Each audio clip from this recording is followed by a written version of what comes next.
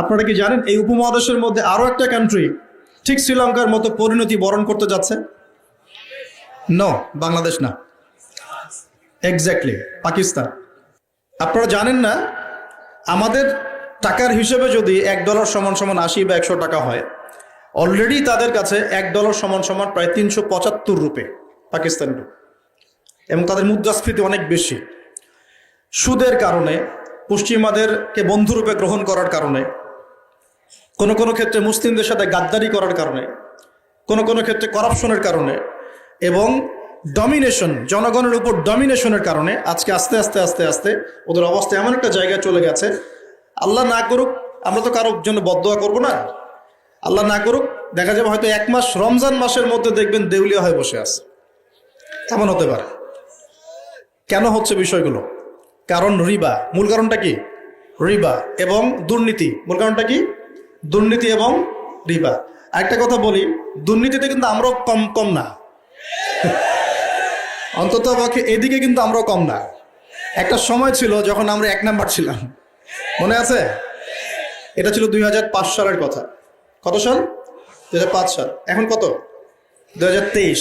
এখন আমাদের অবস্থা মাশাআল্লাহ আগের চেয়ে কিছুটা ভালো হয়েছে। এখন আমরা এই যে কারেন্ট অ্যাফেয়ার্স, যারা তোমরা পড়াশোনা করো, বিসিএস কোচিং করছেন, আপনারা জানবেন এখন আমরা কত নাম্বার? 13 নাম্বার। কত নাম্বার? 13 নাম্বার। কিছুটা তো উন্নতি হয়েছে। 1 নাম্বারকে জানেন দুর্নীতিতে কোন কান্ট্রি? সুদান, দক্ষিণ সুদান। কোন কান্ট্রি?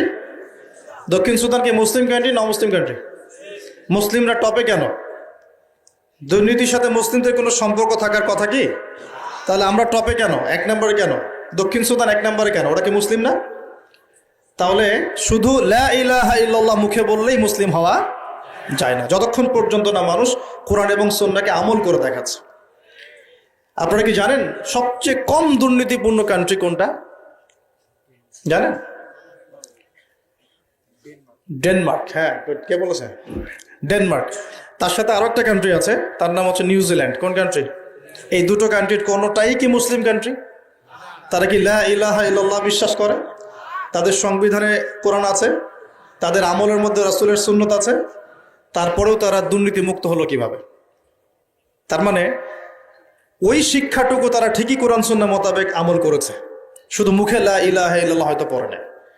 তাহলে আমি এতটুকু বোঝাতে যাচ্ছি, তারা কেন কোরআনকে বিরোধিতা করছে, কেন কোরআনকে পুড়িয়ে দেওয়ার চেষ্টা করছে? কারণ কোরআন এইসব অন্যায়ের বিরুদ্ধে কথা বলছে। এজন্যই হয়তোবা শেষ জামানায় একটা হাদিস এসেছে যে 10টা বড় বড় আলামত আছে শেষ জামানার। তার মধ্যে একটা হচ্ছে বিশাল একটা ভূমিকম্প হবে, একটা পৃথিবীর পূর্ব দিকে, একটা হচ্ছে পশ্চিম দিকে, আরেকটা হচ্ছে পৃথিবীর মাঝখানে। আল্লাহ রাব্বুল আলামিন হয়তো ওই শাস্তি আবার পুনরাবৃত্তি ঘটাবেন। এবং কোরআন বলছে যাররা পরিমাণ জুলুম যদি কেউ কারো উপর করে, তারও শাস্তি তাকে ভোগ করতে হবে। একজন মানুষ বা একটা জাতি যদি অন্য কোনো জাতির উপর সামান্য জুলুমও করে, সেই শাস্তি আল্লাহ পাক তাকে ভোগ করাবেন কি করাবেন না? এবং সারা বিশ্বের দিকে তাকিয়ে দেখেন যে সারা বিশ্বের প্রত্যেকটা সেক্টরে তাদের জুলুম চলছে কি চলছে না? চলছে কি না? এই কারণেই তারা কোরআনের বিরুদ্ধে এত ক্ষোভ। তো এই বিষয়টা কি সারা বিশ্বে এখন হাইলাইটেড ইস্যু না? সারা বিশ্বে এই বিষয়টা নিয়ে খুব কথাবার্তা হচ্ছে না? এটাকে আমরা বলি ব্লাসফেমি, অর্থাৎ ধর্ম এবং ধর্মগ্রন্থকে অবমাননা করা। কিন্তু চিন্তা করবেন না, আল্লাহ রাব্বুল আলামিন নিজে এই কোরআন হেফাজতের দায়িত্ব নিয়েছেন। আল্লাহ পাক সূরা হিজরে বলেছেন, ইন্না নাহনু নাযালনা যিকরা ওয়া ইন্না লাহু লাহাফিজুন। নিশ্চয়ই আমি এই কোরআন নাজিল করেছি, এই কোরআন হেফাজত করার দায়িত্ব কার? আল্লাহর। এখানে আমি আপনাকে আরেকটা পয়েন্ট দেখিয়ে সামনের দিকে যাব। এবার ওই দিক থেকে চেহারাটাকে আমাদের দিকে ফিরিয়ে নিয়ে আসেন, মুসলিমদের দিকে তাকান। মুসলিমদের মধ্যে কত পার্সেন্ট মানুষ এখন 5 ওয়াক্ত নামাজ পড়ে? কত পার্সেন্ট মানুষ বিশুদ্ধ করে কোরআন তেলাওয়াত করতে জানে? মুসলিম পরিবারগুলোর মধ্যে কত পার্সেন্ট পরিবারে ইসলামিক পর্দা চালু আছে? মুসলিমদের মধ্যে কত পার্সেন্ট মানুষ হালাল খাওয়ার চেষ্টা করে, হারাম থেকে বেঁচে থাকার চেষ্টা করে? মুসলিমদের মধ্যে কত পার্সেন্ট যুবক এখন জেনা থেকে বেঁচে থাকতে পেরেছ? মুসলিমদের মধ্যে কত পার্সেন্ট যুবক 5 ওয়াক্ত নামাজ পড়ো, ইসলামের বেসিক জ্ঞানগুলো জানো, কোরআন তেলাওয়াত করা, হাদিস পড়তে শেখা, হাদিসের চর্চা করা, কোরআনের তাফসীর পড়া, অনুবাদ পড়া, মুসলিমরা এই বেসিক কাজগুলো কত পার্সেন্ট মানুষ করছে, এদিকে আমাদেরকে বেশি ফোকাস করতে হবে। একটা অমুসলিম সমাজ কোরআনের উপর আক্রমণ করছে, পুড়িয়ে ফেলছে, এটা বেশি কষ্টদায়ক, নাকি একটা মুসলিম পরিবারে জন্মগ্রহণ করেও এই বিগত 30-40 বছরে কোরআন পড়তে না শেখাটা বেশি লজ্জার? কোনটা? এবার বলেন, একটু চেহারাটা আমাদের দিকে ফেরান, এবার আয়নার সামনে দাঁড়াই। অমুসলিম, সে কোরআন সম্পর্কে কিচ্ছু জানে না এবং কোরআন তাদের চলমান জাহিলিয়াতের বিরুদ্ধে কথা বলছে, রাগে কোরআন পুড়িয়ে দিয়েছে। বুঝলাম কাজটা খুবই খারাপ, জঘন্য কাজ এবং নিন্দনীয়, ব্লাসফেমি। এটা সারা বিশ্বে একটা মানবতা বিরোধী অপরাধ, এই কাজটা অপরাধ কিনা? আচ্ছা, এখন মুসলিমদের দিকে তাকিয়ে দেখুন। আমি এখন মুসলিম পরিবারে জন্ম নিয়েছি, 20-30-40 বছর আমি কাটিয়ে দিলাম মুসলিম পরিবারে।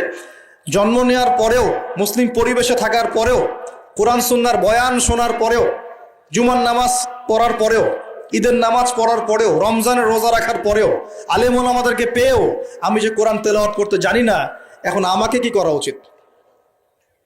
উত্তর দেন। এখন আমার কি করা উচিত? কে বড় অপরাধ করেছে? কে বড় অপরাধ করেছে? আমি মুসলিম পরিবারে জন্মগ্রহণ করেও কোরআন পড়তে জানি না, আমি কি বেশি বড় অপরাধী? নাকি যে ব্যক্তি কখনো কোরআন চেনেই না, জানেই না, যে কোরআনকে অবমাননা করছে, কে বড় অপরাধী? আসলে আল্লাহ রাব্বুল আলামিন সূরা ফুরকানের মধ্যে বলেছেন যে আল্লাহ রাসূল সাল্লাল্লাহু আলাইহি ওয়াসাল্লাম আমার উম্মত, মানে আমাদের উম্মতে মুহাম্মাদের বিরুদ্ধে আল্লাহর কাছে অভিযোগ পেশ করবেন। কার বিরুদ্ধে? এই যে উম্মতে মুহাম্মাদের বিরুদ্ধে আমাদের নবী মুহাম্মদ সাল্লাল্লাহু আলাইহি ওয়াসাল্লাম একটা অভিযোগ পেশ করবেন। আল্লাহ পাক তাকে বলবেন, হে মুহাম্মদ সাল্লাল্লাহু আলাইহি ওয়াসাল্লাম, তোমার উম্মতের কি হয়েছিল, কেন বিভ্রান্ত হলো? নবী সাল্লাল্লাহু আলাইহি ওয়াসাল্লাম তখন বলবেন যে ইন্না কওমি ইত্তাখাযু হাযাল কুরআনা মাহজুরা। পড়ে দেখেন সূরা ফুরকানে আমাদের নবীজি বলবেন, হে আল্লাহ, আমার উম্মত এই কোরআনকে, যা তুমি আমার প্রতি নাজিল করেছো, এই কোরআনকে অবজ্ঞা করে পরিত্যাগ করেছিল, এই কারণে তারা আজকে পথভ্রষ্ট হয়েছে। এবং নবী সাল্লাল্লাহু আলাইহি ওয়াসাল্লাম আল্লাহর কাছে আক্ষেপ করবেন, অভিযোগ পেশ করবেন যে আমার উম্মতকে আমি কোরআন দিয়ে এসেছিলাম, কিন্তু তারা সেই কোরআন চর্চা করে নাই, পড়ে নাই, কোরআনের হক আদায় করে নাই, এই কারণে তারা আজকে পথভ্রষ্ট হয়েছে। তাহলে আমাদের নবীজি আমাদের বিরুদ্ধে আল্লাহর কাছে ক্ষোভ ছাড়বেন না? তো প্রথম যে শিক্ষাটা আজকে নেওয়া উচিত সেটা হলো, বিশ্বে যা যা ঘটছে এই সব বিষয়গুলোর সাথে আমাদের শেষ জামানা সম্পৃক্ত, এবং প্রত্যেকটা বিষয়ের গভীরে যাওয়ার জ্ঞান আমাদের অর্জন করা উচিত এবং দৃষ্টিভঙ্গি প্রশস্ত করা উচিত। খেদির আলাইহিস সালামের মতো অন্তর্দৃষ্টি অর্জন করা উচিত। পাশাপাশি কোরআন কেন্দ্রিক জীবনটা গড়া উচিত। আমরা কিন্তু নিয়াত করতে পারি যে আগামী রমজান আসার আগেই আমরা সবাই পবিত্র কোরআন তেলাওয়াত করা শিখবো ইনশাআল্লাহ। এখানে কি এমন কোনো ব্যক্তি আছেন যিনি পবিত্র কোরআন বিশুদ্ধ করে তেলাওয়াত করতে জানেন না? এমন কেউ আছেন? লজ্জার কিছু নয়। আছেন কি কেউ? থাকতে পারেন। আবার এমন কি কেউ আছেন যে কোরআন তেলাওয়াত করেন কিন্তু আপনার সন্দেহ হয় যে আমি কতটুকু শুদ্ধ পড়ছি, কতটুকু ভুল? এমন কি কেউ আছেন? আছেন। আবার এমন কি কেউ আছেন যে কোরআন কখনোই আলিফ বা তাসা পড়ে দেখেন নাই? কেউ আছেন? আছেন কি? হয়তো বা আছেন। আরেকটা কথা বলি, এমন কি কেউ আছেন যে কোরআন পড়তে জানেন, মুখস্থও করেছেন মাশাআল্লাহ কিছু দূর, কিন্তু কোরআনের অর্থ বোঝেন না? এমন কেউ আছেন? আচ্ছা, তাদের জন্য আমি জাস্ট একটা সুসংবাদ দেব। ইনশাআল্লাহ তাআলা, আল্লাহ পাক যদি সবকিছু ঠিকঠাক রাখেন, রমজানের 30টা দিন অনলাইনে আমি 1 থেকে 2 ঘন্টা করে ক্লাস নিব ইনশাআল্লাহ। এবং এই 2 ঘন্টায় দুটো জিনিস শেখানো হবে। এক, যারা পবিত্র কোরআন একদমই তেলাওয়াত করতে পারে না, উইদিন 1 মান্থ তারা কোরআন তেলাওয়াত করা শিখবে ইনশাআল্লাহ। আমি শেখাবো ইনশাআল্লাহ আপনাদেরকে। শিখবেন ইনশাআল্লাহ? একটা কোর্স। সেকেন্ডটা হচ্ছে যারা কোরআন তেলাওয়াত করতে জানেন, কিন্তু কোরআনের অর্থটা বোঝেন না, ইনশাআল্লাহ 1 মাসে তো খুব বেশি কিছু শেখানো যাবে না, কিন্তু 1 মাসের মধ্যে ইনশাআল্লাহ তাআলা আমি আপনাদেরকে এমন একটা কোর্স করাবো ইনশাআল্লাহ 30 দিন কমপক্ষে কোরআনের 40% অর্থ করতে পারবেন ইনশাআল্লাহ। বলবেন যে 1 মাসে কিভাবে সম্ভব? হ্যাঁ সম্ভব, যদি আমি আপনাকে পথ দেখিয়ে দেই এবং আপনি এই জ্ঞানটা অর্জন করে বাকি সারাটা বছর চর্চা করতে থাকেন। এবং স্থানীয় ওলামায়ে কেরামদের সাথে সম্পৃক্ততা রাখেন, মাদ্রাসার সাথে সম্পৃক্ততা রাখেন, আপনি পারবেন ইনশাআল্লাহ। ট্রাই করবেন ইনশাআল্লাহ। শুধু তাই না, এর দ্বিতীয় যে কথাটা বললাম, এর সাথে আপনি নামাজে কি পড়ছেন এটার সম্পূর্ণ অর্থও শিখবেন ইনশাআল্লাহ। পাশাপাশি দৈনন্দিন যে দোয়া কালামগুলো পড়ছেন সকাল সন্ধ্যায়, এগুলোর অর্থ শিখবেন ইনশাআল্লাহ। পাশাপাশি আপনি তুলনামূলক আরবি ব্যাকরণ শিখবেন এবং কোরআনিক গ্রামার শিখবেন, কোরআন থেকে গ্রামার। যেমন একটা এক্সাম্পল দিই আপনাকে, সামনে যাই।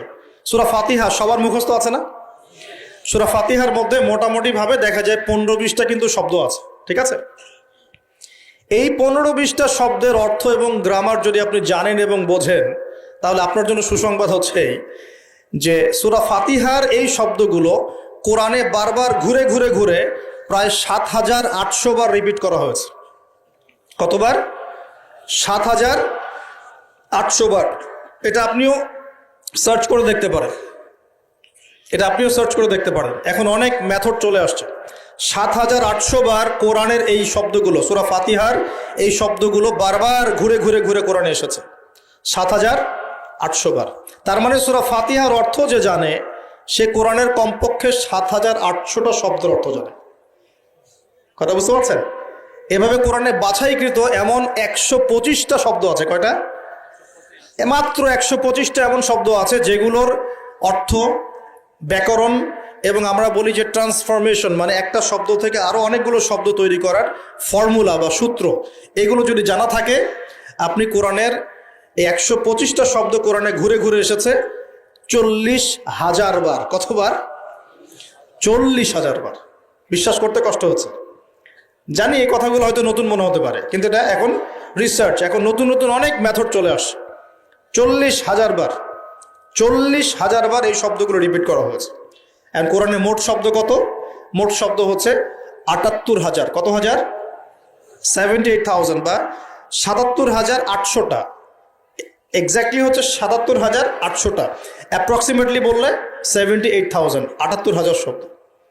এগুলোকে আবার আপনি 3 ভাগে ভাগ করে ফেলতে পারবেন। একগুলো হবে নাউন্স, যেগুলো আমরা নাউন বলি, যা দ্বারা কোনো নাম বোঝায়, যেটা আমরা বিশেষ্য পদ বলি, যেমন আল্লাহ একটা নাউন, ইব্রাহিম একটা নাউন, ইসম, আরবিতে আমরা বলি কি? ইসম। জিবরিল, মিকাল, ইসমাইল, ইসহাক, ঠিক আছে, মুহাম্মদ, এগুলো সব নাউন্স। এরকম একগুলো শব্দ পাবেন। এগুলো কি বোঝার কিছু আছে না মুখস্থ?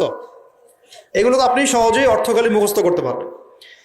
দ্বিতীয় ক্যাটাগরিতে আছে ফিল বা ক্রিয়া, যেটা আমরা বলি ভার্বস, যা দ্বারা কোনো কাজ করা বা হওয়া বোঝায়, যেটাকে আমরা বাংলাতে 3 ভাগে ভাগ করি, প্রেজেন্ট, বর্তমান, অতীত আর ভবিষ্যৎ। আবার ইংরেজিতে প্রেজেন্ট, পাস্ট, ফিউচারে ভাগ করি, কিন্তু আরবিতে মাত্র 2 ভাগে ভাগ করা হয়। কয় ভাগে? 2 ভাগে। একটা হচ্ছে ফি'লে মাযি, মানে অতীতকালীন ক্রিয়া। এটার ট্রান্সফরমেশন, মানে একটা শব্দ থেকে আপনি এখানে প্রায় প্রচুর শব্দ তৈরি করতে পারবেন। একটা ওয়ার্ড থেকে আপনি আস্তে আস্তে আস্তে আস্তে দেখবেন অনেকগুলো ওয়ার্ড তৈরি করতে পারবেন। এই ট্রান্সফরমেশনটা যদি শিখতে পারেন, আপনি কোরআনের একটা বড় অংশ শিখে ফেলবেন, কারণ কোরআনে অনেক শব্দ এই ক্রিয়াপদে আসছে। এই যে না'বুদু, নাস্তাঈন, এই যে আমরা পড়ছি না, লা আ'বুদু মা তা'বুদুন, এগুলো সবই ফেল। আরেকটা ক্যাটাগরিজ আছে, এর নাম হরফ, মানে অব্যয়। আমরা বলি না প্রিপোজিশন, প্রোনাউন্স বলি না, প্রোনাউন্স, প্রিপোজিশন, কনজাংশন, এগুলো বলি না, যেটা আমরা বলি অব্যয় পদ, যেটাকে আমরা আরবিতে হরফ বলি। অর্থাৎ ওয়ার্ডস, 2টা ওয়ার্ডসের মধ্যে কানেকশন করে অথবা 2টা সেন্টেন্সের মধ্যে কানেকশন করে, এই সংযোজন বিয়োজন করে, এগুলোকে হরফ বলে। এগুলো কোরআনে অনেকগুলো। আমি আপনাকে 4টা হরফ বলতেছি। একটা হচ্ছে মিন। একটা কি? মিন। আমরা পড়ি না আউযু বিল্লাহি মিনাশ শাইতানির রাজিম, এই মিন মানে হতে বা থেকে। আউযু, আমি আশ্রয় প্রার্থনা করছি, বিল্লাহি, আল্লাহর কাছে, মিনাশ শাইতান, শয়তান হতে, আর রাজিম মানে হচ্ছে বিতাড়িত। এই যে মিন মানে কি? হতে, ঠিক আছে। এই মিন শব্দটা কোরআনে ঘুরে ঘুরে পাবেন আপনি প্রায় 3 থেকে 4,000 বার। 3 থেকে 4,000 বার। এরকমই আমরা পড়ি না যে আন, ফি, আলা, ইলা, হাত্তা, লা, লি, এই যে ছোট ছোট কিছু আপনি হরফ পান না কোরআন পড়তে গিয়ে? এই অল্প কিছু হরফ বারবার ঘুরে ঘুরে কোরআনে কয়বার আসে জানেন? 6 থেকে 7,000 বার। 6 থেকে 7,000 বার। মানে আপনাকে শুধু গ্রামারের ফাংশনটা শিখতে হবে, কিভাবে এই গ্রামার দিয়ে শব্দ তৈরি করতে হয় এবং কিভাবে অর্থ উঠাতে হয়। এর পাশাপাশি আপনি অনুবাদের সহযোগিতা নেবেন, পরে গিয়ে তাফসির আগে যাবেন, অনুবাদের সহযোগিতা নেবেন। 1 মাসে তো বেশি কিছু দেওয়া যাবে না বললাম আমি, কিন্তু আপনাকে আমি একটা তাড়না তৈরি করে দিতে পারবো যে হ্যাঁ, কোরআন সহজে শেখা যায়, পসিবল। এবং এই সিলসিলা ধরে রাখতে পারলে 1 থেকে 2 বছর লাগবে ইনশাল্লাহ। 1 থেকে 2 বছর আপনার লাগবে এই ব্যাকরণগুলো হজম করতে। এবং ইনশাআল্লাহ তখন আপনি নামাজ পড়তে যখন দাঁড়াবেন, ইনশাআল্লাহ বিশ্বাস করেন, আল্লাহর কসম করে বলছি, নামাজে আল্লাহু আকবার থেকে আসসালামু আলাইকুম ওয়া রাহমাতুল্লাহ পর্যন্ত আপনি যা পড়বেন তার অর্থ আপনি বুঝতে পারবেন ইনশাআল্লাহ, নিজেই বুঝতে পারবেন নামাজে কি পড়ছেন। এই জিনিসগুলোর অভাব আছে বলেই, এগুলোর ঘাটতি আছে বলেই আমরা ইবাদত করি, কিন্তু ইবাদতের স্বাদ পাই না। ইবাদত করি ঠিকই, ইবাদতটা মজা পাই না, ফিল করতে পারি না। এবং নামাজ পড়ি, মনোযোগ থাকছে না, নামাজে দাঁড়াই কি পড়ছি বুঝতে পারছি না। তাই আমার মনোযোগটা কেমন? তারাবির নামাজে দাঁড়ালাম, তারাবি তো আমরা মাশাআল্লাহ কোনো কোনো মসজিদে, সব জায়গায় না, কোনো কোনো জায়গায় 3G 4Gও পড়া হয়। হ্যাঁ, আচ্ছা, তবে এটা একটু স্লো পড়া উচিত। এখানে ধৈর্য আমাদেরও কম, আমাদেরও দোষ আছে। ইমাম সাহেব যখন লম্বা করে তেলাওয়াত করে তখন আমরা আবার বলি এত সময় নাই হাতে, তাড়াতাড়ি শেষ করেন, বলি না? কোনো কোনো জায়গায় ইমাম সাহেবদেরকে মসজিদ কমিটিতে মনে হয় যে চাকরের মতো বিহেভ করে, এমন করে না? অথচ ইমাম সাহেব হচ্ছেন মসজিদের নেতা, সমাজের কি? সমাজের নেতা। তো তাকে তার জায়গায় সম্মান দিতে হবে। আল্লাহ পাক তৌফিক দান করুন। তো আমরাই কিন্তু দোষী, আমরা ফোর্স করি তাড়াতাড়ি শেষ করেন, হাতে সময় কম, মার্কেটে যাওয়া লাগবে, ওয়াইফ অপেক্ষা করতেছে, ঈদের শপিং করতে হবে, তাই না? আচ্ছা, রমজান নিয়ে আমি একটু পরে একটু কথা বলবো, কিছু কথা আছে রমজান নিয়ে, খুব গুরুত্বপূর্ণ কথা, খুবই গুরুত্বপূর্ণ। আমার মনে হয় যে এই কথাগুলো এই সিজনে হয়তো আপনারা অন্য কোনো লেকচার বা মাহফিলে শোনেন নাই। রমজান নিয়ে কিছু কথা আছে। আগে এই জায়গায় বলি যে তারাবিতে আমরা অনেক কিছু পড়ি, কিন্তু তারাবির নামাজটার শেষে আপনি যে আব্দুর রহমান এদিকে ডাকেন, যেটা জিজ্ঞাসা করেন যে ভাই আব্দুল্লাহ, আপনি তারাবির নামাজ পড়লেন, কত রাকাত পড়ছেন? যে 20 রাকাতই পড়ছি মাশাআল্লাহ। ওকে, ফাইন। আচ্ছা, রাকাত সংখ্যা ঝগড়া নিয়ে আমি কথা বলতে যাচ্ছি না, ঠিক আছে? এটা আমার সাবজেক্ট না, আমি এগুলো নিয়ে কথা বলি না। এটা মুফতি সাহেবরা বুঝবেন, ইমাম সাহেব মুস্তাহিদরা তারা বুঝবেন। তো কি পড়লেন ভাই? হ্যাঁ, তারাবির নামাজ পড়লাম। কত রাকাত? হ্যাঁ, পুরা 20 রাকাত পড়ছি। তো তেলাওয়াত কেমন ছিল? নামাজে কেমন মনোযোগ ছিল? নামাজে ইমাম সাহেব কি পড়েছে সেটা তো আর বুঝতে পারি নাই, কিন্তু তেলাওয়াতটা খুব সুন্দর সুরের ছিল, এটা বুঝতে পারছি। আমাদের কোরআনের বুঝটা এই পর্যন্ত, খুব সুন্দর একটা তেলাওয়াত করেছে, লেহানটা খুব সুন্দর ছিল, খুবই মাধুর্য মণ্ডিত ছিল, এটা কানে খুব ভালো লাগছিল, এটা শুনেছে। তো ওই আয়াতগুলোতে কি বলেছেন আল্লাহ পাক, আপনি কি হেদায়েত পেয়েছেন? পুরো না, আমি তো কোরআনের অর্থ জানি না। তো এই অর্থটা যদি জানতাম তাহলে কি নামাজে মনোযোগ আরো বাড়তো না? নামাজে চোখ দিয়ে পানি পড়তো না? একটু মক্কা মদিনার দিকে তাকিয়ে দেখবেন, তারাবির সময় এমনিতে নামাজে যখন নামাজ পড়ে ইমাম সাহেব ডুকরে কেঁদে ওঠেন না? কেন করেন? কারণ তারা কোরআন তেলাওয়াত করে অর্থটাকে অ্যাবজর্ব করতে পারেন, অটোমেটিক্যালি আপনি নামাজটাকে, কোরআনকে ফিল করতে পারবেন। তাহলে আমরা যে 30 বছর নামাজ পড়লাম, একটা দিনও তো চোখ দিয়ে পানি বের হলো না। আমরা যে 40 বছর নামাজ পড়লাম, খালি উঠলাম বসলাম, একটা দিনও তো সেজদায় আল্লাহকে পেলাম না, ফিল হলো না যে হ্যাঁ আল্লাহ আমার হয়ে গেছেন, আমি আল্লাহকে পেয়েছি। তো এগুলোর কারণ হচ্ছে, যে জায়গা থেকে এখানে আসলাম, এগুলো অন্যতম কারণ হচ্ছে কোরআন এবং নামাজে যা পড়ছি এগুলোর অর্থটা না বোঝা। তো অর্থটা বোঝার প্রয়োজন নাই। তো রমজান মাসে নিয়াত করেন, যারা কোরআন একদমই তেলাওয়াত করতে পারেন না, কোরআন তেলাওয়াত করা শিখবেন ইনশাআল্লাহ। উইদিন এ উইক, 1 সপ্তাহের মধ্যেই একটা পোস্ট চলে যাবে ইনশাআল্লাহ অনলাইনে। এবং যারা আগ্রহী থাকবেন তারা এখানে আমার সাথে নাম্বার দিয়ে দেওয়া হবে, অফিসিয়াল, যোগাযোগ করে ভর্তি হয়ে যাবেন ইনশাআল্লাহ তাআলা। আল্লাহ রাব্বুল আলামিন, আমি বিশ্বাস করি 1 মাসের মধ্যে বাংলাদেশের 1 কোটি মানুষকে কোরআন শেখানো সম্ভব। সম্ভব না? সম্ভব। আর আমার স্বপ্ন, এই স্বপ্নটা আল্লাহ পাক আমাকে বাস্তবায়ন করার তৌফিক দেখ, দোয়া করি। বাংলাদেশের মুসলিম পরিবারের পিতা, স্ত্রী, সন্তান, ভাই বোন যারা যারা থাকবেন, হোক জেনারেল লাইনে পড়ুক, মাদ্রাসা লাইনে পড়ুক, প্রত্যেককে আল কোরআন শেখানো এবং তাদের মধ্যে কোরআনের জ্ঞানটা ছড়িয়ে দেয়া, এটা আমার একটা স্বপ্ন। বাংলাদেশের 16 কোটি মানুষ কোরআন তেলাওয়াত করতে জানবে ইনশাআল্লাহ। এটা সম্ভব না? 16 কোটি মানুষের ভোটার আইডি কার্ড আছে? নাই? নাই? আছে কি নাই? আদমশুমারি করা যায়? সমস্ত মানুষের হিসাব রাখা যায়? সমস্ত মানুষের এনআইডি কার্ড করা যায়? সমস্ত মানুষকে একটা নিয়মের আওতায় আনা যায়? সমস্ত মানুষের ফিঙ্গারপ্রিন্ট নেওয়া যায়? যায় না? সমস্ত মানুষকে ক্লাস 5 পর্যন্ত পড়ানো, প্রাথমিক শিক্ষা নিশ্চিত করা যায়? সমস্ত মানুষকে কি মার্কসও পড়ানো যায়? যায়? সমস্ত মানুষকে কোরআনও শেখানো যাবে ইনশাআল্লাহ? যাবে না ইনশাআল্লাহ? আল্লাহ পাক তৌফিক দান করুন। আমি এবং বাংলাদেশের প্রত্যেকটা জেলায়, বাংলাদেশের প্রত্যেকটা বড় বড় জেলায়, যেটা আমাদের বিভাগীয় জেলা বলি, এই জেলাগুলোতে একটা করে এমন প্রতিষ্ঠান থাকতে হবে যে প্রতিষ্ঠানে একদম প্লে থেকে মাস্টার্স পর্যন্ত একদম এই পুরো সিলেবাসের মধ্যে চলমান জেনারেল সিলেবাসের সাথে ইসলামিক নীতি নৈতিকতা এবং কোরআন সুন্নাহর জ্ঞানকে একত্রিত করে ইনশাআল্লাহ একটা কনস্ট্রাকটিভ সিলেবাসে পড়াশোনা করাতে হবে ইনশাআল্লাহ। পারা যাবে? প্রত্যেকটা জেলায় একটা করে এমন যদি মার্কাজ থাকে, দেখবেন সমাজের হালত চেঞ্জ হয়ে গেছে ইনশাআল্লাহ। নাকি আমরা সবাই এখন উল্টাপাল্টা মতবাদগুলি পড়াশোনা করব? আমাদের সন্তানদেরকে কি আপনি আস্তিক বানাতে চান না নাস্তিক বানাতে চান? আমাদের সন্তানদেরকে কি আপনি আল্লাহওয়ালা বানাতে চান, আল্লাহ থেকে দূরে সরাতে চান? তার উদ্যোগ গ্রহণ করতে হবে। একমুখী শিক্ষা এই যুগে যথেষ্ট নয়।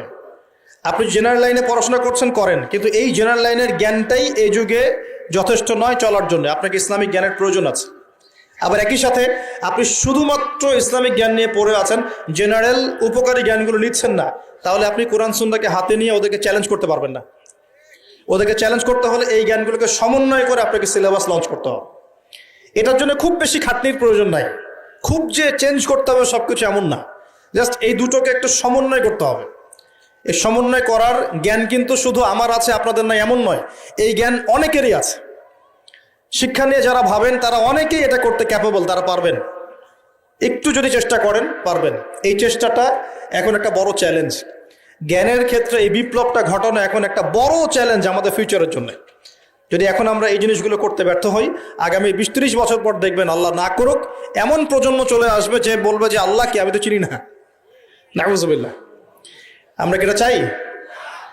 আর শুধু আমরা যারা মাদ্রাসা মসজিদের সাথে সম্পৃক্ত, আমরাই কি ইসলাম নিয়ে চলবো, না এই জেনারেল ভাইরাও চলবে? জেনারেল লাইনের ভাইরা, ব্যবসায়ী, চাকরিজীবী, প্রশাসন, এরা কি সংখ্যায় কম না সংখ্যায় বেশি? তাদের মধ্যে ইসলাম ঢোকাতে হবে না? আল্লাহ পাক তৌফিক এনায়েত করুন। রমজানে কোরআন শিক্ষা চলবে ইনশাআল্লাহ, এবং প্রত্যেক জেলায় জেলায় একটা করে আদর্শ দ্বীনি প্রতিষ্ঠান গড়ে উঠবে ইনশাআল্লাহ তাআলা। এবং বড় বড় জেলাগুলোতে চেষ্টা করা হবে জেনারেল ভাইদের জন্য মাদ্রাসা গড়ে তোলার। এটা মাদ্রাসা ফর জেনারেল স্টুডেন্টস। এখানে জেনারেল ভাইরা পড়াশোনা করবে ইসলামিক পড়াশোনা, কারণ তাদের মধ্যে জেনারেল পড়াশোনা আগে থেকেই আছে। এখন পার্ট টাইম তারা এভাবে শিখে 2 বছর, 4 বছর, 5 বছরের মধ্যে ইসলামিক বেসিক জ্ঞান অর্জন করবে ইনশাআল্লাহ। তখন এদেরকে দিয়ে আপনি দেশের বড় জনশক্তি তৈরি করতে পারবেন। আপনারা কি চায়নার নাম শুনেছেন? চায়নার নাম শুনেন নাই? আজকে থেকে 40 বছর আগে চায়নাতে দারিদ্র্যের হার কত ছিল জানেন? 69%। কত পার্সেন্ট? প্রায় 69 থেকে 70% মানুষ দারিদ্র্য সীমার নিচে ছিল। আজকে এই 2022 সালে ওদের দারিদ্র্যের হার কত জানেন? 1%-এরও কম। এবং তাদের পুরো জনসংখ্যার প্রায় 80 কোটি মানুষকে তারা জনশক্তিতে পরিণত করেছে। ওরা মানুষের সংখ্যা কমায় নাই, ওরা বলে নাই যে একটা বাচ্চা নেন। কথা বুঝতে পারছেন? ওরা জনগণকে জনশক্তিতে পরিণত করেছে। পড়াশোনা করেছে এবং অ্যাক্টিভ ছিল, পরিশ্রমী ছিল, সময়কে কাজে লাগিয়েছে এবং প্রযুক্তির জ্ঞানগুলো শিখেছে। প্রযুক্তি এবং কৃষি আস্তে আস্তে সারা বিশ্বের মার্কেট দখল করে ফেলেছে। আর আমাদের কাছে তো কোরআন সুন্নাহ আছে। আমরা যদি দুর্নীতি ছাড়তে পারি, পরিশ্রমী হতে পারি, অপচয় বন্ধ করতে পারি, সময়কে কাজে লাগাতে পারি এবং জনশক্তি তৈরি করতে পারি, বাংলাদেশ সুপার পাওয়ার হবে ইনশাআল্লাহ। স্বপ্ন দেখতে হবে, স্বপ্ন দেখতে হবে, হয়তো বাস্তবায়ন হবে অন্য কারো হাতে। ইমাম বুখারীর কথা জানেন না? ইমাম বুখারীর নাম শুনেছেন না? ইমাম বুখারীর ওস্তাদ একদিন ক্লাসে বলছিলেন, এমন কি কেউ আছে, আমার ক্লাসে কি এমন কেউ আছে যে নবীর হাদিসগুলোর মধ্যে সহি জয়ীফগুলো যাচাই বাছাই করে আলাদা করতে পারে? এমন কি কেউ আছে? এই একটা কথা ইমাম বুখারী রাহিমাহুল্লাহর কলবের মধ্যে এমন দাগ কেটেছিল যে তিনি পরবর্তীতে ওই নিয়াত করেছেন যে আমি সেই ব্যক্তি হব ইনশাআল্লাহ। আমি নবীর সব সহিহ হাদিসগুলোকে আলাদা করে দিব। দেখেন পরে ইমাম বুখারী রাহিমাহুল্লাহ তার যে কিতাব তিনি সংকলন করেছেন, এই কিতাবটা কি কিয়ামত পর্যন্ত অমর হয়ে আছে না? অতএব আমাকে করতে হবে জরুরি না। যদি এই থটসগুলো আপনাদের মধ্যে চলে যায়, পরবর্তীতে কেউ যদি এগুলো বাস্তবায়ন করে তাও চলবে ইনশাআল্লাহ তাআলা। আল্লাহ পাক আপনাদের সবাইকে কথাগুলো বোঝার তৌফিক দান করুন। আরেকটা খবর দেই, সেটা হলো এটা আমার স্ত্রী আমাকে বলতে বলেছে। আর বাসার ডিপার্টমেন্ট খুব জটিল ডিপার্টমেন্ট, এই ডিপার্টমেন্ট হ্যান্ডেল না করতে পারলে সমস্যা। ঠিক আছে, একটা কথা বলি তারপর সামনে যাই। এক সাহাবী এসেছেন ওমর রাদিয়াল্লাহু আনহুর দরজায়। কার দরজায়? ওমর রাদিয়াল্লাহু আনহু তখন আমিরুল মুমিনিন। আমিরুল মুমিনিন তো বোঝেন, পুরো অর্ধবিশ্বের শাসক তিনি। এতটুকু রাষ্ট্রের না, অর্ধবিশ্বের শাসক। তো ওই সাহাবী এসে ঘরের কাছে দাঁড়িয়ে আছেন, একটা বিচার নিয়ে আসছেন। কি নিয়ে আসছেন? বিচার। দাঁড়িয়ে আছেন আছেন আছেন আর ভিতর থেকে কিছু শব্দ শোনা যাচ্ছে, কিছু উচ্চ শব্দ শোনা যাচ্ছে। তো অনেকক্ষণ পর আমিরুল মুমিনিন গেট খুলে বের হয়ে বলছেন, কি সমস্যা, কি জন্য আসছো, কি প্রয়োজন, কি হাজাত? তিনি বলছেন, ইয়া আমিরুল মুমিনিন, আসলে আমি যে বিষয়ে অভিযোগ করতে আসছিলাম তা আমি দেখলাম যে আমার অবস্থা আপনার চেয়ে ভালো, এই জন্য আমার অভিযোগের দরকার নেই। বুঝতে পারেননি মনে? তখন আমিরুল মুমিনিন তিনি বলছেন যে আসলে দেখো, আমাদের স্ত্রীরা, তাদেরকে আমরা আল্লাহর কাছে একটা বড় বিশাল একটা অঙ্গীকার দিয়ে গ্রহণ করি। তারা আমাদের সন্তান ধারণ করে, আমাদের বাসা দেখাশোনা করে, খাবার দাবার তৈরি করে, কাপড় চোপড় ধোয়, সে আমার অনেক কাজ করে। এই কারণে মাঝে মাঝে তারা যদি একটু রাগ টাগ ঝাড়ে তখন একটু সবর করে শুনতে হয়। এটা কে বলছেন? আমিরুল মুমিনিন, যিনি এক হুকুম দিলে পারস্য দখল হয়ে যাবে, একটা হুকুম দিলে রোমান সাম্রাজ্যের পতন ঘটে যায়, সে আমিরুল মুমিনিন বাসায় এইরকম অবস্থায় আছে। তো ওই জন্য বললাম যে বাসা ঠিক থাকলে আসলে সব ঠিক। তো বাসাকে ঠিক রাখার স্বার্থে যেহেতু এটা দেখবে আবার, সে কারণে একটু বলতে হচ্ছে। রিকোয়েস্ট করেছে এটা যে আপনাদের এই মিরপুরেই ইনশাআল্লাহ তাআলা একটা বালিকা মাদ্রাসা গড়ে উঠছে ইনশাআল্লাহ, মেয়েদের মাদ্রাসা। সেটা সম্পূর্ণ আমার স্ত্রী চালাবেন ইনশাআল্লাহ তাআলা, একদম গোড়া থেকে নিয়ে আস্তে আস্তে পর্যায়ক্রমে দাওরা হাদিস পর্যন্ত। এবং সেখানে ক্লাসিক্যাল যে সিলেবাস, এর পাশাপাশি জেনারেল শিক্ষিত দিনী বোনদের জন্যে বোথ অনলাইন এবং অফলাইনে কিছু ডিপ্লোমা কোর্স চালু করা হয়েছে, ইসলামিক ডিপ্লোমা কোর্স।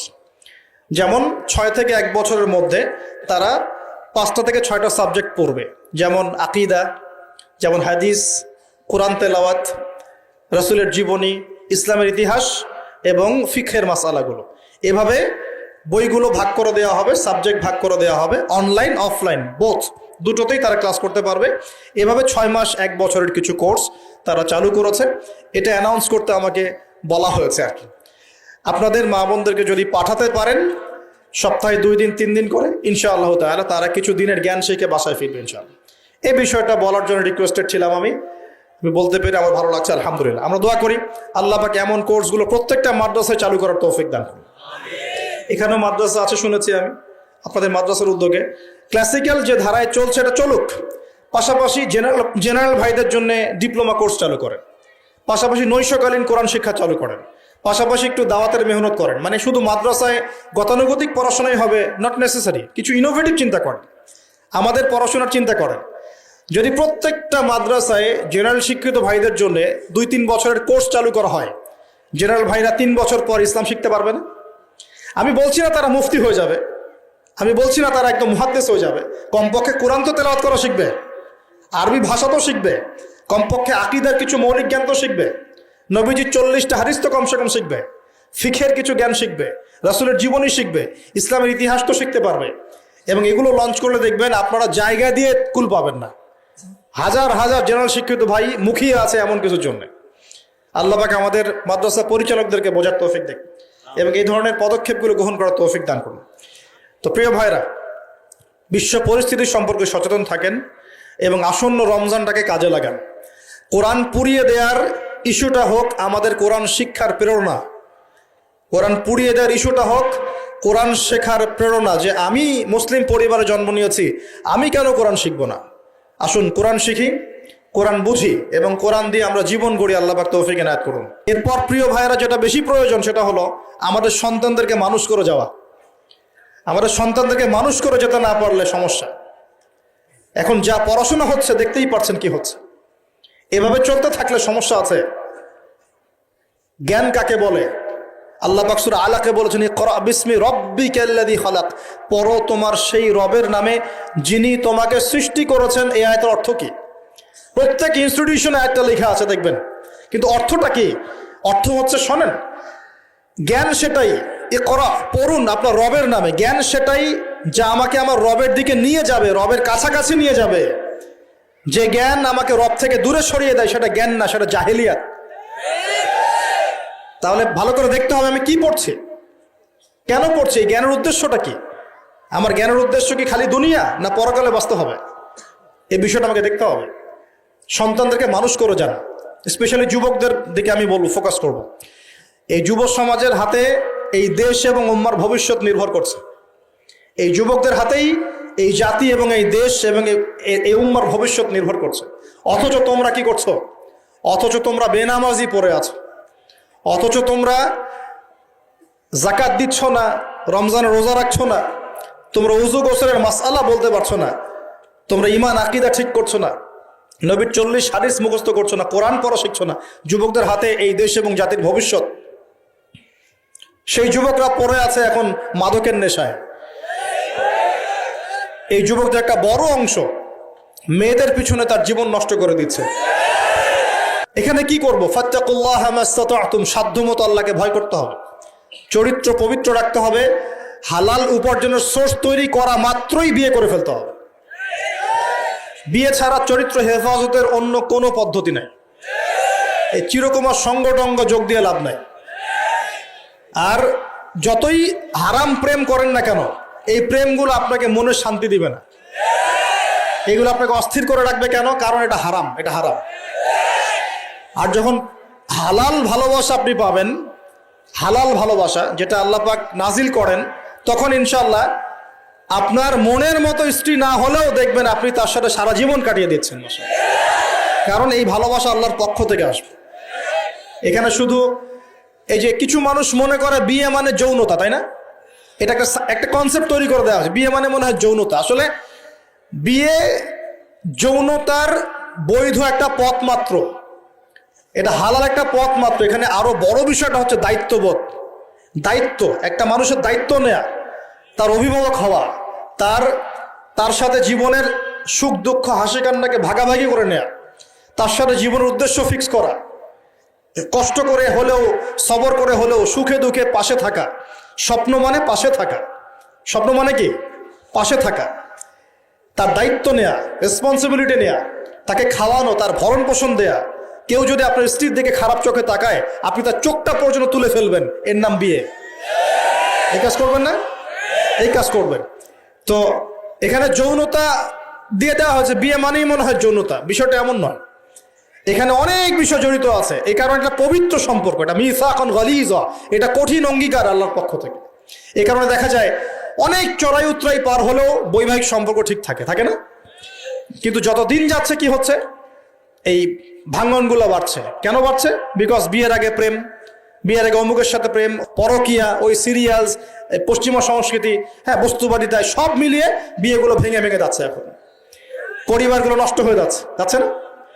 যদি আমি নিজে আপনাকে নসিহা করছি, যদি একজন স্ত্রী আপনার মনের মতো আল্লাহ পাক দিয়ে দেন এবং আপনার এই স্ত্রীকে নিয়ে থাকার মতো, খাওয়ার মতো বাসস্থান, অন্য বস্তুর সংস্থান আছে, সচ্ছল আপনি মোটামুটি, এবং আপনি তাকে ভালোবাসেন আপনার মনের মতো, আপনি তাকে নিয়ে সারা দুনিয়ার জীবনটা কাটিয়ে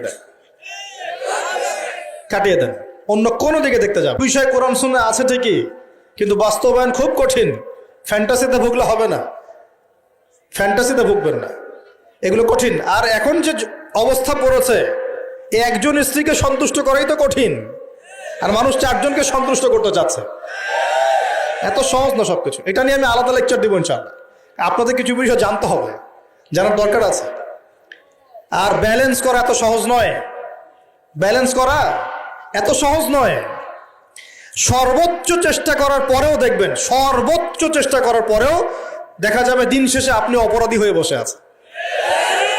আর আমি একটা লেকচারে বলেছি না, পুরুষ মানুষ বোকা।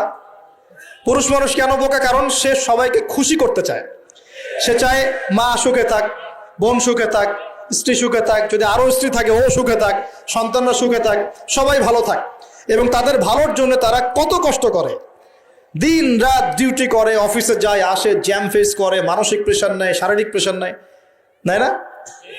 অথচ এই কষ্ট কিন্তু মহিলারা বোঝে না। বোঝে? সবাই বোঝে না। আছে অনেক ভালো স্ত্রী আছে, কিন্তু সবাই কিন্তু বোঝে না। মনে করে যে পুরুষ মানুষ মনে হয় ভোগবাদী, খালি মেয়েদেরকে ভোগ করতে চায়। অথচ সবাইকে সুখে রাখার এই চেষ্টায় একজন পুরুষ দিন শেষে নিজেই সুখী হয় না। বহু পুরুষ শেষ বয়সে গিয়ে একাকিত্বে ভোগে, একা হয়ে যায়। এই জন্য বলছি, ফ্যান্টাসি বাদ দেন। ফ্যান্টাসি বাদ দিয়ে হালাল রিজিক হয়েছে, একটা নেককার পরহেজগার মেয়ে দেখে বিয়ে করে ফেলেন, ব্যাস তাকে নিয়ে দুনিয়ার ছোট্ট জীবনটা কাটিয়ে দেন। আর জান্নাতে তো হুর পড়ে অপেক্ষা করছে ইনশাআল্লাহ। কি মনে করেন অপেক্ষা করছে না? এই লেকচার বাসায় গেলে কি হবে আমার অবস্থা আমি জানি না, কিন্তু বলছি আছে তো সবচেয়ে শেষে যারা জান্নাতে যাবে, একদম লাস্টে, তাদের প্রত্যেককে আল্লাহ পাক কমপক্ষে 2 জন করে হুর দিবেন। আর যারা আল্লাহ রাব্বুল আলামিনের রাস্তায় শহীদ হয়ে গেছে, এখনো যাচ্ছে বা হয়েছে বা হবে, তারা কে 72 জন। কতজন? 72 জন হুর আল্লাহ রাব্বুল আলামিন দিবেন। ব্যাস ইস্যু তৈরি করে দিলাম, এখন নাস্তিকরা লেগে পড়বে, এতগুলো মেয়ে কেন, কি ইত্যাদি ইত্যাদি। এসব বিষয়ের দিকে আমাদের দেখার দরকার নাই। আল্লাহ পাক আমাকে আপনাকে দিলে ওর কি কোনো সমস্যা? প্রিয় ভাইয়েরা, যুবকদের কথাই বলছিলাম যে এখন এই যুবকদের হাতে দেশের ভবিষ্যৎ। হারাম সম্পর্কে আসক্ত, হারাম রিজিকে আসক্ত, মাদকে আসক্ত। এখান থেকে বেরিয়ে আসতে হবে। বেরিয়ে আসার পদ্ধতি কি? এই যে আমার হাতে যে কিতাব দেখছেন, আল কোরআন, এই কোরআন আপনার সমস্ত হতাশা দূর করে দিবে ইনশাআল্লাহ। এই কোরআন আপনার সমস্ত কষ্ট দূর করে দিবে ইনশাআল্লাহ।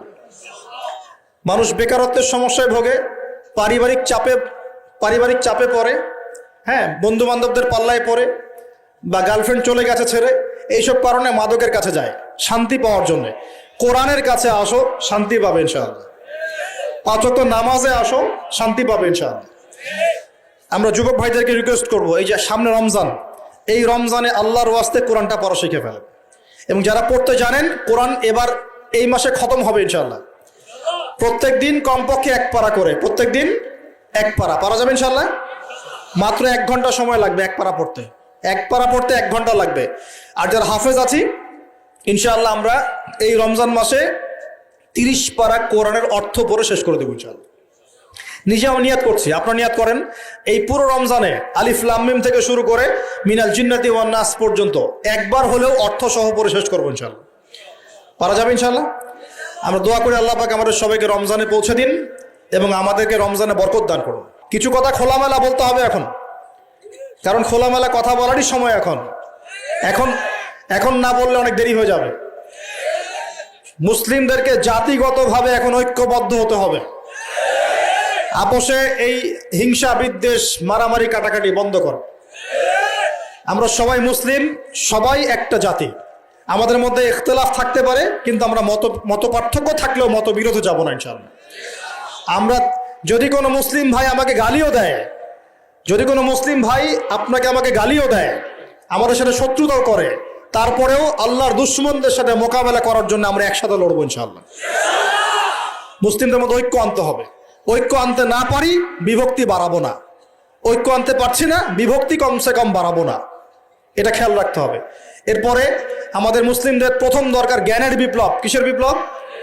কোরআনের জ্ঞান, হাদিসের জ্ঞান, এই যে ইসলামের জ্ঞান, দ্বীনের জ্ঞান এবং দুনিয়াবি জ্ঞান, এই সমস্ত রকম জ্ঞানকে একত্রিত করে এমন শিক্ষা গ্রহণ করতে হবে যে ইনশাআল্লাহ আগামী দিনে যেন আমরা আগামী 10 থেকে 20 বছর পর এই কোরআন সুন্নাহর জ্ঞানকে দিয়ে বিশ্বকে চ্যালেঞ্জ করতে পারি।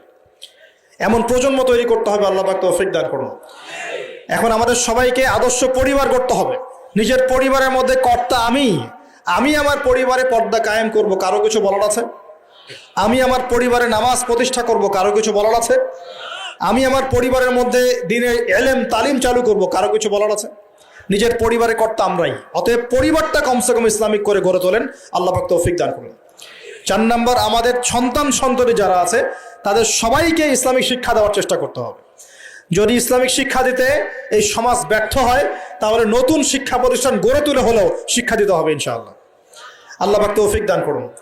আমাদের প্রত্যেক পরিবারের মা বোনদেরকে খাস পর্দায় রাখতে হবে এবং যুবক ভাইদের জন্য বিয়েটাকে সহজ করতে হবে এবং রিজিকের ব্যবস্থা বৃদ্ধি করতে হবে।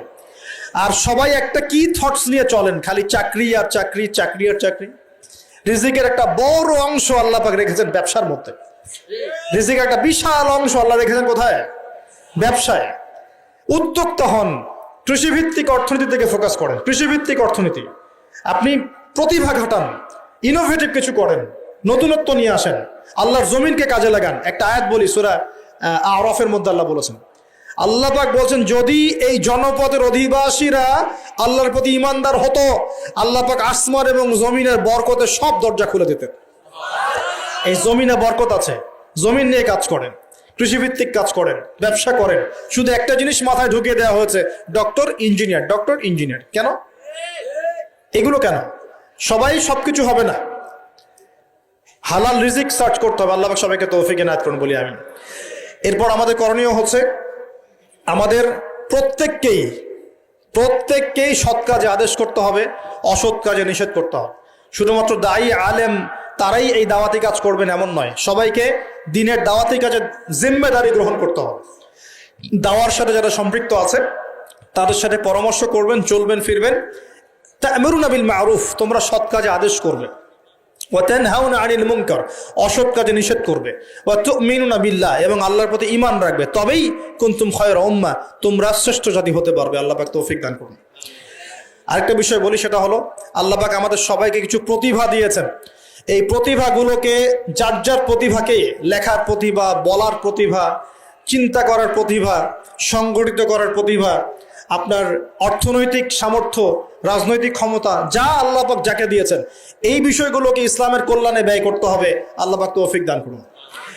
এবং আরো করতে হবে, অমুসলিম ভাই বোন যারা আছে আমাদের দেশে এবং সমাজে, তাদের কারো সাথে কোনো রকম দ্বন্দ্ব সংঘাতে যাবেন না, বরং তাদেরকে ইসলামের সৌন্দর্য তুলে ধরবেন তাদের সামনে এবং তাদেরকে ইসলামের দাওয়াত দিবেন। দাওয়াত দিয়ে তাদেরকে ইসলামের দিকে দীক্ষিত করার চেষ্টা করবেন। যদি এই যে আমরা তো আপোষে মারামারি কাটাকাটিতে লিপ্ত আছি, আপনারা তো খবরই রাখেন না যে বাংলাদেশে কত মানুষ বিধর্মী হয়ে যাচ্ছে, জানেন? এই যে উত্তরাঞ্চল সহ পার্বত্য এলাকা, বর্ডার এলাকা সব ঘুরে দেখেন যে কত মানুষ দিন দিন বিধর্মী হয়ে যাচ্ছে। দেখেন, ওই দিন টনক নড়বে যেদিন দেখবেন 50%ই হয়ে গেছে বিধর্মী, ওই দিন টনক নড়বে। আল্লাহ না করুক। অতএব আমাদেরকে বসে থাকলে চলবে না, আমাদেরকে দাওয়াতি কাজ করতে হবে। দিন ইসলামের দাওয়াত, কোরআনের দাওয়াত সবার সামনে উপস্থাপন করতে হবে। আল্লাহ পাক আমাদের সবাইকে দায়ী হওয়ার তৌফিক দান করুন। কমপক্ষে পার্ট টাইম, দিনে 1 ঘন্টা, দিনে আধা ঘন্টা হলো দাওয়াতি কাজ করতে হবে। আর দাওয়াতি কাজ করার আগে কি লাগবে? জ্ঞান লাগবে। সেই জ্ঞানটা অর্জন করতে হবে। জ্ঞান অর্জন করার পদ্ধতিগুলো বললাম, এভাবে অর্জন করতে হবে। এবং জ্ঞানী মানুষদের সাথে থাকতে হবে, আল্লাহওয়ালা জ্ঞানী মানুষ এবং যারা আল্লাহর মারিফতওয়ালা মানুষ, আল্লাহর নূরওয়ালা মানুষ, এই মানুষগুলোর সাথে থাকতে হবে। যারা গোলালু মার্কা মানুষ, এখানে থেকে কিছু শিখতে পারবেন না। সব তরকারিতে চলে, এই সব তরকারি দিয়ে লাভ নাই। যারা হককে হক বলতে পারে, বাতিলকে বাতিল বলতে পারে, আল্লাহ পাকের জমিনে তারা সম্মানিত ইনশাআল্লাহ। জমিনের উপর বেঁচে থাকলেও সম্মানিত, মাটির নিচে চলে গেলেও সম্মানিত ইনশাআল্লাহ। আল্লাহ রাব্বুল আলামিন এমন মানুষের সংখ্যা বাড়িয়ে দিন এবং তাদের সাথে আমাদেরকে থাকার তৌফিক এনায়েত করুন। আরেকটা বিষয় বলবো, সেটা হলো পলিটিক্যাল ইস্যুস। যে একটা জাতির মধ্যে আপোষে মারামারি কাটাকাটিতে যাবেন না, এটা খুব খারাপ। কেন খারাপ? কারণ আমরা হয়তো মনে করি যেগুলো পলিটিক্যাল ইস্যুস, আসলে কি হয়, উম্মার ঐক্য নষ্ট হয়, ভাই ভাই মারামারি করে, নিজের ভাইয়ের হাতে ভাইয়ের রক্ত ঝরে, এতে করে উম্মার ঐক্যটা বিনষ্ট হয়ে যায়। এবং ইসলামের বহিঃশত্রু যারা আছে, এরা এই ইস্যুগুলোকে কাজে লাগায় আমাদের ভিতর ঢুকে পড়বে। খুব চোখ কান খোলা রেখে ঠান্ডা মাথায় সবর করেন, ধৈর্য ধরেন, জ্ঞান অর্জন করেন, নিজের কবরের ফিকির করেন, আধ্যাত্মিকত্ব অর্জন করেন, সুন্নতের উপর আমল করেন, কোরআন পড়েন, দাওয়াতি কাজ করেন, পরিবার গড়েন, আস্তে আস্তে ইসলামে এগিয়ে যাবে ইনশাআল্লাহ তাআলা। আল্লাহ রাব্বুল আলামিন আমাদের সবাইকে কথাগুলো বোঝার তৌফিক দান করুন এবং আমল করার তৌফিক এনায়েত করুন, সকলে বলি আমিন। শেষ করার আগে আমি আসন্ন রমজান সম্পর্কে কিছু নসিহত করব, একটু মনোযোগ দিবেন। আমি এখানে অল্প সময় নিচ্ছি, একটু মনোযোগ দেন। অনেকেই বলবে যে বক্তা তো শেষ জামানা নিয়ে বেশি কথা বলে। এখন একটা কথা বলি, রমজান মাসে নিত্য প্রয়োজনীয় দ্রব্যের দামগুলো বেড়ে যাবে। কিছু মানুষ বলতে পারে কি ভবিষ্যতে গায়েবের খবর বললো নাকি? যারা ওয়ার্ল্ড অ্যাফেয়ার্স বোঝে, ইকোনমিক্স বোঝে, সমকালীন প্রেক্ষাপট সম্পর্কে সচেতন, হ্যাঁ, এবং বিশ্বের ফাইন্যান্স নিয়ে পড়াশোনা করেছে, তারা বলবে ভাই যে কথাটা বলেছে 110% সঠিক। অতএব রমজান আসার আগে কিছু কাজ করেন। 1 নাম্বার, নিজেকে প্রস্তুত করেন রমজানের জন্য। রমজান আসতে 1 মাস 1.5 মাস বাকি আছে না? আগে মনটাকে প্রস্তুত করেন, রমজান আল্লাহ আমাদেরকে রমজানে পৌঁছে দাও এবং বেশি বেশি রমজানে ইবাদত করার তৌফিক দাও। তো রমজানে বেশি ইবাদত করতে হলে দুনিয়াবি কাজ কম করতে হবে। দুনিয়াবি কাজ বেশি করলে তো ইবাদতে মন দিতে পারবে না। দুনিয়াবি কাজের মূল জিনিসটা কি? রিজিকের টেনশন, তাই না? রিজিকের টেনশন, খাওয়ার টেনশন, পড়ার টেনশন, শপিং টপিং হাবি জাবি। রমজানে এইসব খুচরা টেনশন মানুষ পক্ষ। অথচ রমজান মাসে সে ব্যক্তি ধ্বংস হোক যে রমজান মাস পেয়েছে, ইবাদত করে গোনাহ মাফ করাতে পারে নাই। নবীজি বলেছেন না? তো এই জন্য রমজান কেন্দ্রিক প্ল্যান থাকতে হবে যে রমজানে আমি এবার 1 খতম কোরআন দিব, একবার আমি পুরোটা পড়ে শেষ করব, নবীজির হাদিস চর্চা করব, আমি মানুষকে ইফতার করাবো, আমি 30 দিন জামাতে তারাবি পড়বো, 5 ওয়াক্ত নামাজ পড়বো, ঠিকঠাক মতো রোজা রাখবো, সাদাকাতুল ফিতর দিব, আমি ওসর দিব, জাকাত দিব, রমজানে আমল করে একদম আমলের বন্যা বইয়ে দিব ইনশাআল্লাহ। একটা প্ল্যান থাকতে হবে না? প্ল্যান থাকতে হবে। তো প্ল্যানের মধ্যে সবচেয়ে বড় বাধা কি? সবচেয়ে বড় বাধা হচ্ছে দুনিয়াবি কাজে ব্যস্ততা। দুনিয়াবি কাজের মধ্যে সবচেয়ে বড় কাজটা কি? রিজিকের টেনশন। তো প্রিয় ভাই, যাদের সামর্থ্য আছে চেষ্টা করবেন রমজান আসার আগেই নিত্য প্রয়োজনীয় দ্রব্য যেগুলো লাগে এগুলো বাসায় মোটামুটি কিনে রাখার জন্য, এবং প্রয়োজন হলে পারলে সামর্থ্য থাকলে পরিবারের জন্য হাদিয়া তোফা যেটা ঈদের জন্য কেনেন সেটা আগেই কিনে রেখে দেবেন। কারণ রমজান মাসে নিত্য প্রয়োজনীয় দ্রব্যের দাম বেড়ে যাবে। 100% গ্যারান্টি দিয়ে বলছি ইনশাআল্লাহ, 100% গ্যারান্টি। এবং সবার সবকিছু কেনার সামর্থ্য নাও থাকতে পারে। এখানে এখন কি করব তাহলে? এখানে অর্থনীতি একটু বুঝবেন, আমার দিকে খেয়াল করেন। আপনারা কি জানেন সমাজে কত % মানুষ না খেয়ে থাকে বা স্বাভাবিক খাবার পায় না? কত % মানুষ? প্রতি 5 জনে 1 জন। প্রতি 5 জনে 1 জন, 20%। আচ্ছা, রমজান মাসে আমরা কি করি? আমরা 4 জন মিলে ওই 5ম ব্যক্তির দায়িত্ব নিয়ে নেই। এই কাজটা করি না? রমজান মাসে আমরা 4 জন মিলে আরেক ভাইয়ের দায়িত্ব নিয়ে নেই, তাকে ইফতার করাই, তাকে সেহরি দেই, সেহরির খাবার দিই, মাসের বাজার করে দেই না? দেই। তাহলে যদি 4 জন মানুষ খাবার খায়, অর্থাৎ 80% মানুষ খাবার খায়, ওই খাবার যদি 100% মানুষকে খাওয়াতে হয় তাহলে ওই খাবারের সংকট হবে না? সংকট হবে কি না? তখন ওই খাবারের যে দাম, সেই দামটা কি বাড়বে না কমবে? বাড়বে। সমাধান হচ্ছে বাহির থেকে খাবার আমদানি করা। যে আমদানি করার জন্য যে রিজার্ভ দরকার হয় সেগুলো আমাদের কাছে এখন পর্যাপ্ত নাই। কি করতে হয় তাহলে? যে মাল নিয়ে জাহাজ ঘোরাফেরা করছে বন্দরে, বিভিন্ন কোম্পানি মাল নামাতে পারছে না, কারণ তাদের কাছে সেই পরিমাণ সম্পদ নাই, এবং কোনো কোনো ক্ষেত্রে এলসিও নাই। এটা তো অনেক ব্যবসায়ী জানেন। এখন আপনি কি নিজের পকেট থেকে টাকা দিয়ে সেই মাল খালাস করবেন? উত্তর না। তাহলে কি করবেন? ওই পণ্যের উপর দাম বাড়িয়ে জনগণকে খাওয়াবেন, জনগণের টাকা থেকে সেই মালটা শোধ করা হবে, রেটটা শোধ করা হবে, সর্বাধিক থেকে দাম বেড়ে যাবে। আর যদি আমরা এই সংকটটা কাটানোর জন্য বাইরের কোনো কান্ট্রি থেকে লোন নেই তাহলে কি হবে? যেমন ফর এক্সাম্পল IMF বা এই টাইপের কিছু, তখন ওরা চড়া সুদ দিবে। কি দিবে? চড়া সুদ। সুদ ছাড়া কি ঋণ দিবে? সুদ ছাড়া ঋণ দিবে না। তো ওই সুদটা শোধ করতে হবে না? ওই সুদটা শোধ করতে গেলেও এখান থেকেই টাকা পয়সা যাবে। তো সব মিলিয়ে এই অবস্থায় রমজান মাসে প্রকট হয়। সো যাদের সামর্থ্য আছে তারা নিজেদের জন্য এবং অন্যের জন্য কিছু খাবার কিনে দেওয়ার চেষ্টা করে। পারা যাবে ইনশাল্লাহ। এবং রমজান মাসে আমরা নিজেরা শুধু খাবো না, আমাদের প্রতিবেশী খাচ্ছে কিনা দেখবো। রমজান মাসে আমরা কোনো প্রকার খাবারের অপচয় করব না। যদি আমার 5টা খেজুর দিয়ে হয়ে যায়, আমি 10টা খেজুর কিনতে যাব না, বরং ওই 5টা খেজুর আমি পাশের বাড়িতে পাঠিয়ে দিব, আমার দুস্থ ভাইয়ের কাছে পাঠাবো, আমার গরিব ভাইয়ের কাছে পাঠাবো ইনশাল্লাহ। আমরা রমজান মাসে নিজের অল্পে তুষ্ট থেকে অন্য ভাইদেরকে খাওয়ানোর চেষ্টা করবো ইনশাল্লাহ। পারা যাবে ইনশাল্লাহ। সমাধান রমজান মাসের 2টি সমাধান। আমাদের জাকাত আছে, অনেক জাকাত। এই জাকাতের টাকাগুলো যদি আমরা একত্রিত করতে পারি তাহলে একটা বড় অংশের মানুষের সমস্ত অর্থনৈতিক সমস্যার সমাধান হয়ে যাবে ইনশাল্লাহ। রমজান মাসে যারা জাকাত ফরজ হয়েছে রমজানের জাকাত দিয়ে দিবেন ইনশাল্লাহ। পারা যাবে ইনশাল্লাহ। আরো বেশি বেশি সৎকা করবেন, সৎকা করে আত্মত্যাগী হন, মানবতার কল্যাণে কাজ করেন, নিজে অল্প তুষ্ট থাকেন, অপচয় কমিয়ে দেন এবং আল্লাহর ওয়াস্তে সমস্ত দুর্নীতির দরজা বন্ধ করে দেন। এই রমজানেও যদি ঘুষ খান, সুদ খান আর দুর্নীতি করতে থাকেন, মানুষের সম্পদ লুটপাট করেন, তার রমজানের শিক্ষা তো থাকলোই না, বরং জনগণকে রমজানে কষ্ট দেওয়ার কারণে জনগণ কি করবে? দেখা যাবে ওই দুর্নীতিবাজের বিরুদ্ধে ইফতার করতে সময় দোয়া করবে, বদদোয়া করবে, আল্লাহর কাছে বদদোয়া করা শুরু করবে। আর ওই বদদোয়া যদি আল্লাহর কাছে চলে যায়, একদম সব ধ্বংস হয়ে যায় একেবারে। তো রমজান কেন্দ্রিক এই প্ল্যানটা আগে করবেন, তারপরে আধ্যাত্মিক প্ল্যান। আপনি রমজানে প্ল্যান করবেন যে আপনি কি পড়বেন, কিভাবে আমল করবেন, কোথায় তারাবি পড়বেন, পরিবেশ গড়ে তুলবেন। রমজান মাসে কোরআন শিক্ষার কোর্সগুলো চালু করবেন। রমজান মাসে তালিম থাকবে, ইফতারের প্রজেক্ট থাকবে, দুস্থ ভাইদের বাসায় ইফতার পৌঁছে দেওয়ার প্রজেক্ট গ্রহণ করতে হবে। রমজান মাসে যদি সামর্থ্য হয় বেশি বেশি নফল পড়বেন, সুন্নত পড়বেন, তেলাওয়াত করবেন, জিকির বাড়িয়ে দিবেন। একই সাথে দাওয়াতি কাজ বাড়াবেন। যাদের সামর্থ্য আছে ওমরা করবেন। রমজান মাসটাকে এইভাবে ইবাদতের মৌসুম হিসেবে সাজিয়ে নেন। আল্লাহ পাক সবাইকে রমজানে পৌঁছে দেন এবং রমজান মাসে বেশি বেশি ইবাদত করার তৌফিক দান করেন। এই পুরো বিশ্ব সম্পর্কে সতর্ক থাকার তৌফিক দান করেন, সচেতন থাকার তৌফিক দান করেন, কোরআনওয়ালা বানিয়ে দেন এবং যুব সমাজ সহ যুবতী আমাদের ভাই বোনরা, প্রত্যেক মহলের মুসলিম মুসলিমাত, মুমিন মুমিনাত সকলকে আল্লাহ রাব্বুল আলামিন দ্বীন ইসলামের জন্য কবুল করেন বলি আমিন।